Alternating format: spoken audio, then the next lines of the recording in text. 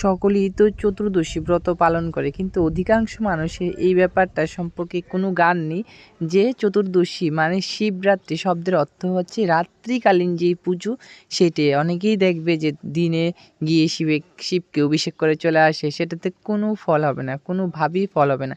কারণ এটার নামই হচ্ছে শিবরাত্রি। যেই ব্যক্তি ভক্তিনিষ্ঠার সহিত শিবরাত্রি জাগরণ করবে এবং শিবকে সুন্দর করে পুজো করবে, তারই ইচ্ছা অভীষ্টপূর্ণ হবে এবং শিবও খুশি হবে। তার জন্য আমি সকলকে বলবো, তোমরা রাত্রেবেলা শিবরাত্রি ব্রত পালন করো, দিনে নয়। কারণ নামই হচ্ছে শিবরাত্রি, তার জন্য আমি সকলকে বলবো যাতে শিবরাত্রি ব্রত তোমরা সকলে রাতে পালন করবে, দিনে নয়।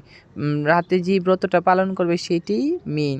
তো সেটার মধ্যেই তোমরা সুন্দর করে ভোলানাথকে স্নান করাবে। যারা সোমবার দিন ব্রত পালন করবে তারা 5টা 31 পর্যন্ত আমাদের চতুর্দশী রয়েছে, তো তোমরা চেষ্টা করবে ত্রিসন্ধ্যাকালে ভোলানাথকে স্নান করানোর জন্য, যারা সোমবার দিন করবে।